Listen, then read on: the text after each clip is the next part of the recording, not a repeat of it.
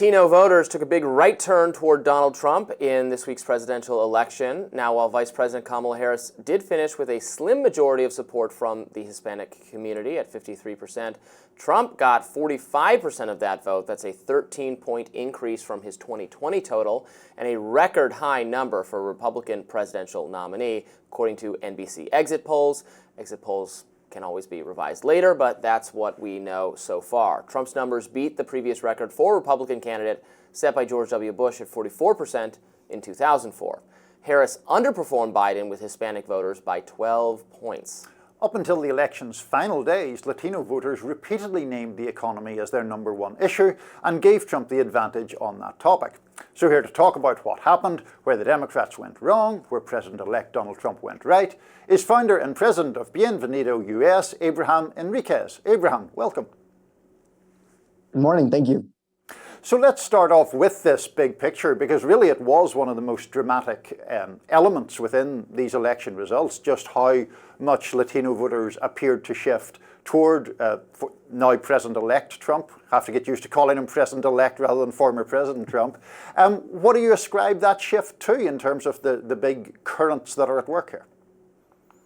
Yeah, Neil, great to be with you. Look, at this presidential election cycle, our organization, we dedicated a team and resources in 5 battleground states in some of the most Hispanic populated counties, doing town halls, knocking on doors, calling voters. We realized that the Hispanic community wanted to return back to an economy that worked for them, wanted to return to an economy that didn't see gas prices and groceries prices skyrocketed. And so when they asked the question of what candidate's going to make my life better, President Trump broke down policy in a way that the everyday Hispanic could understand it. Whereas in Kamala Harris, she had a difficult time divorcing herself from an administration that was widely unpopular with Hispanics.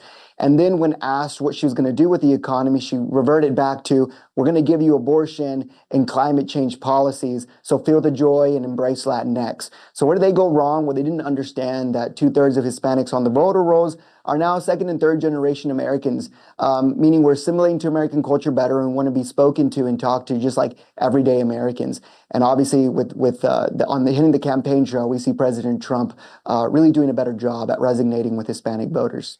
Is it resonating with the Republican Party that they're doing so much better with this demographic, with minority voters? Because, as you know, there's been a lot of fear for years and years and years about the impact in the Republican Party, about the impact immigration would have on the changing landscape of the party's fortunes, and an assumption that Republicans and Democrats shared that bringing in more people would hurt the Republican Party's chances because they would reliably vote Democrat. I've been saying for years that I didn't think that was true from looking at the actual views of so many immigrants coming in who actually have more conservative views on a variety of subjects than the native-born population. And I've been arguing about this with Republicans for years and years and years. I feel like I was right, and I'm being proved that I was right, but are they getting that message, or am I wrong? No, I think the Republican Party, instead of all that money that they invested on consultants trying to diagnose the Hispanic vote, they should have just listened to you for free, Robbie, and they would have saved themselves a lot of trouble.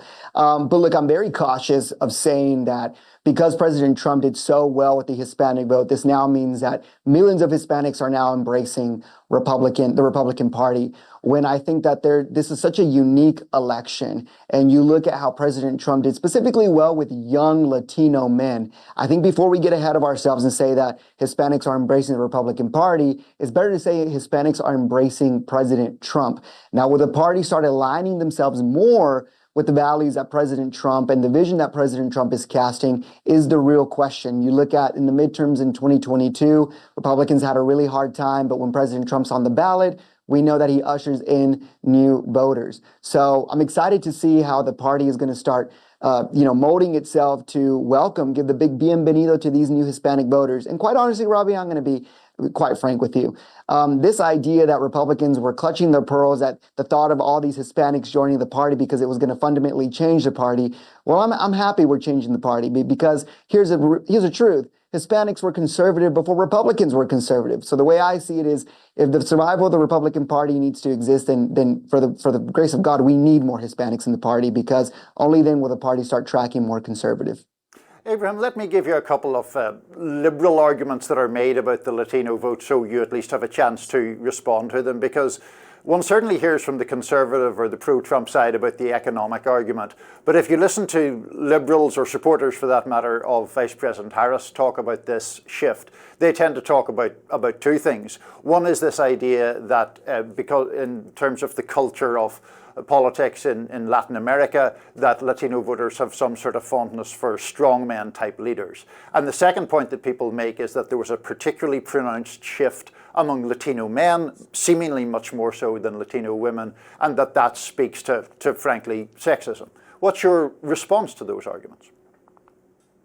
Yeah, look, I think we need to separate that. We need to kind of dive into that conversation in two separate parts. One, this idea that Hispanics, and I want to focus on Mexican men for an example, just because Mexicans are more than 60% of the Hispanic voting bloc, making us a super majority. You look at Mexico, they just elected their first woman president. So this idea that Mexican men or Hispanic men can't get behind a woman, I think is completely false.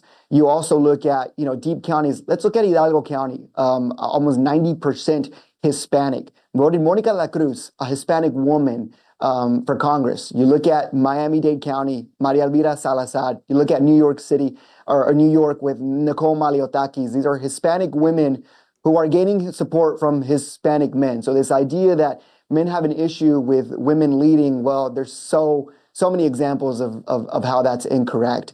But more specifically, I think that the Democrat Party for the past 4 years have waged war on this idea that if you're a man and you want to be a provider of your home and you don't want men in women's sports, and you're immediately labeled as a toxic, masculine men. And that's raging war on just Hispanic values within itself.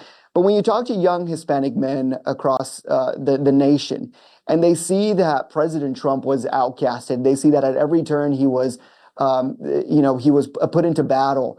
I think a lot of Hispanic men saw themselves in that, they're in American culture, we do have to fight for a lot of the things that we want. It's good. We want a healthy competition, but they saw themselves in that. Whereas in Kamala Harris, she ran her campaign on how Trump is a threat to democracy, and you're not respecting the democratic process of even going through a primary. So how do you expect Hispanic men to who care about democracy, who care about making sure the United States doesn't turn into a Venezuela or Cuba, get behind a candidate who just completely blinded themselves to what democracy really is? I think that really is the answer here. Abraham Enriquez, thank you so much for joining us today. We appreciate it. Thank you both.